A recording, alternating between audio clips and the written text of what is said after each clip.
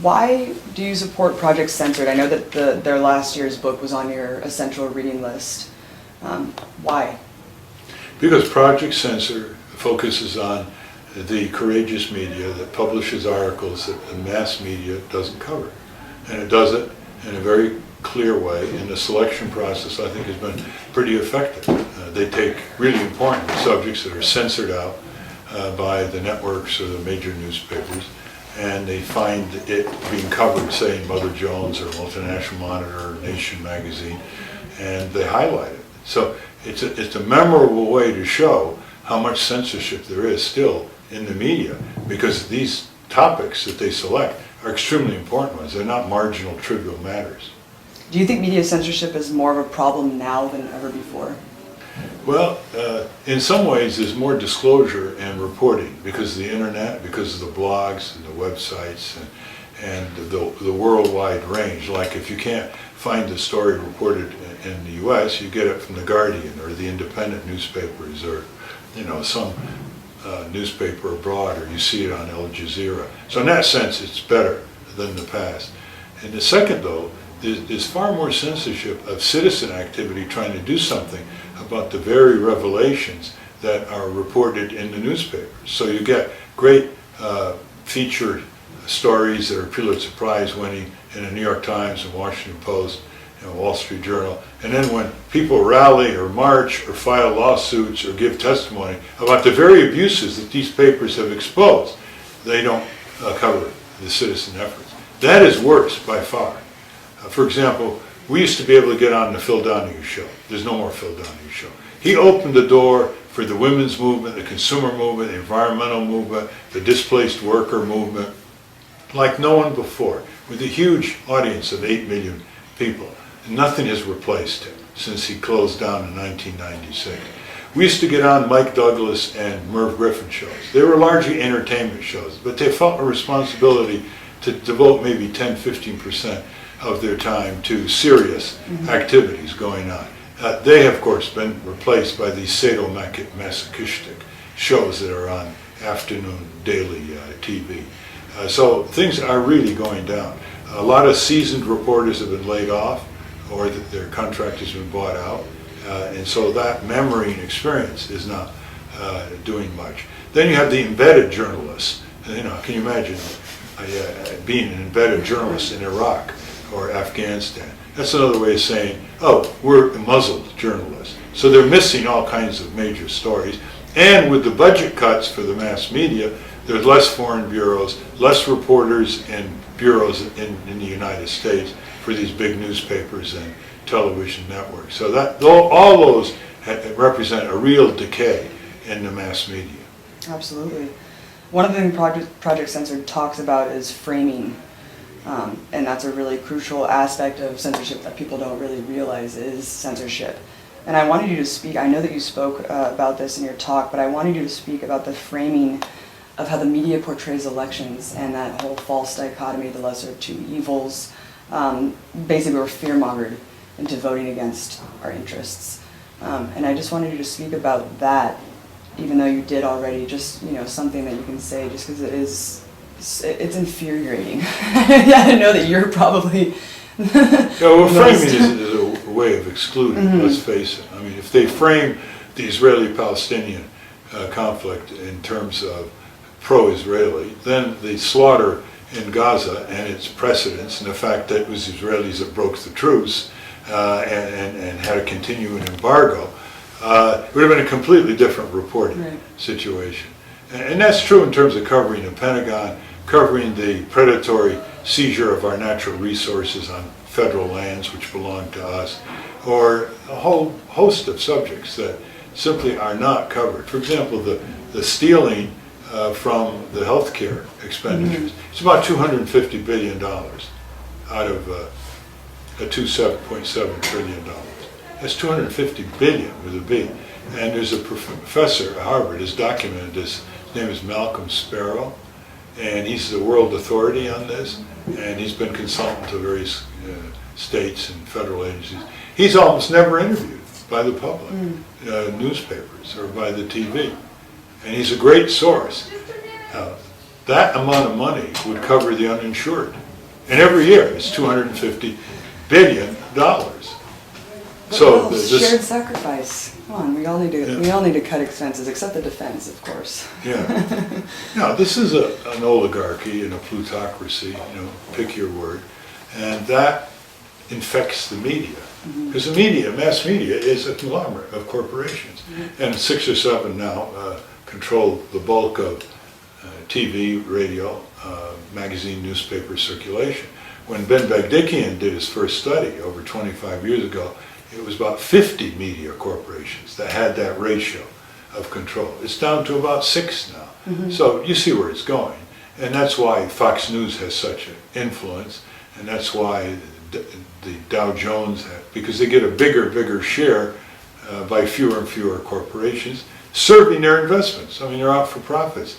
When the Wall Street Journal does all these editorials, always against consumer protection, against the civil justice tort system, against fair taxation, nobody ever says, hey, these Wall Street Journal editorials, they're nothing more than servicing the page after page of corporate advertising in their newspaper. Why give them any credibility at all? Right. Exactly. And one of the stories in this year's book is about the Tea Party and the astroturfing of what happened in this, and it kind of just goes along with the whole thing that there's a question in the audience, oh, I just hate these teabaggers, and it's the fear that prevents people from really voting with their heart and what they really want to make happen. And you see the Tea Party was just totally co-opted and astroturfed. It's not even really real. There's no substance there. And yeah, I really liked what you said about, both parties will get worse if you keep doing that. And I was wondering if you could maybe just elaborate on why you said that. Well, the Tea Party started out sort of spontaneously, and there were a lot of different parts of it. There were libertarians, there were conservatives, there were the corporatists, there were the militarists, whatever reason. Then it was hijacked. And it's really interesting how it happened, because first its influence and numbers were hugely exaggerated. They really couldn't turn out that many people, especially since they had their own television network every day pushing it, the Fox network. So the Washington Post wrote an article saying there wasn't more than 300,000 people who had any kind of membership in these Tea Party organizations all over the country. So it was hijacked because the brand name corporatist wing of the Republican Party figured, hey, this is the trademark politically du jour. Grab it, it's valuable. Yeah. And so it's really the wing of the Republican Party that has hijacked the Tea Party brand and appropriated this exaggerated aura whose balloon has not been punctured by vigorous investigative reporting. And in Washington, as they say, perception is reality, even though it doesn't reflect any force of numbers out there in the country. So the Tea Party now is the conservative corporatist wing of the Democratic, the Tea Party now is the resurgence of the conservative, largely non-libertarian wing of the Republican Party, and it's ensconced in Congress. We interviewed Mike Gravel a couple of weeks ago, and he was just talking about, during the 2008 election, he felt like the game was rigged. He wasn't allowed even on the MSNBC or NBC debates because of GE. How do you feel about candidates who, you try so hard to get in there, and the game's rigged all along? The establishment won't let you, they'll phase you out. And we saw what happened to you in 2000 and 2004, when people still, to this day, Ralph Nader cost or the election, when really there was widespread voter fraud that no one really followed up on, even though it was very blatant. Greg Palast did a great report on it, but it's just amazing that those talking points are still perpetuated, and that the game is really rigged. I was wondering if you could talk about that.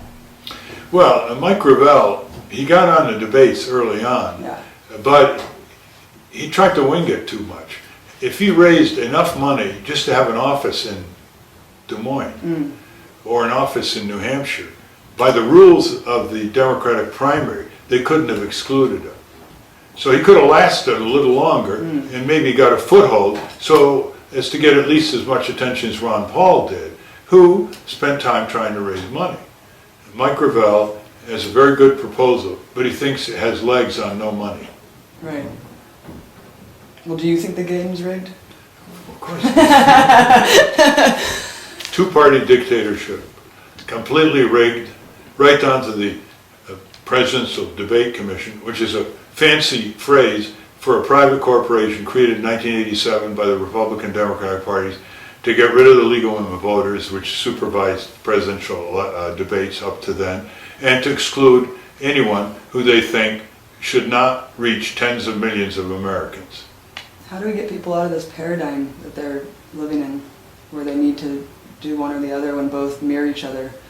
Well, they have to do what no one can stop them from doing, and that is vote their beliefs and conscience. Don't go tactical and vote for least worst, and every 4 years both parties get worse, and get out and march and demonstrate. That's the first ramparts that gets attention and gets more and more people on board. And last I learned about our system, they can't stop you from marching and demonstrating in front of the right buildings and the right places at the right time all over the country in ever greater numbers. Civil disobedience, I love Cornel West's kind of turnaround on that. And I know I said that was my last question, but I wanted you really quickly, I just remembered, I mean, this is so relevant, but the al-Awlaki assassination, you were talking about Obama's exacerbation of a lot of Bush's foreign policy, and this is, I mean, is this, you've been in politics for a long time, is this open, kind of accepted assassination now of American citizens, is this kind of par for the course? Is this just playing the game of politics, or is this kind of an unprecedented thing that we should be standing up and seeing what's going on? President Obama, who was a constitutional lecturer, has just torn up another part of the Constitution. Now, he now believes in summary execution of suspects, even American citizens, which violates the due process of law guaranteed by our Constitution. That is an impeachable offense, and that should be an issue in the campaign.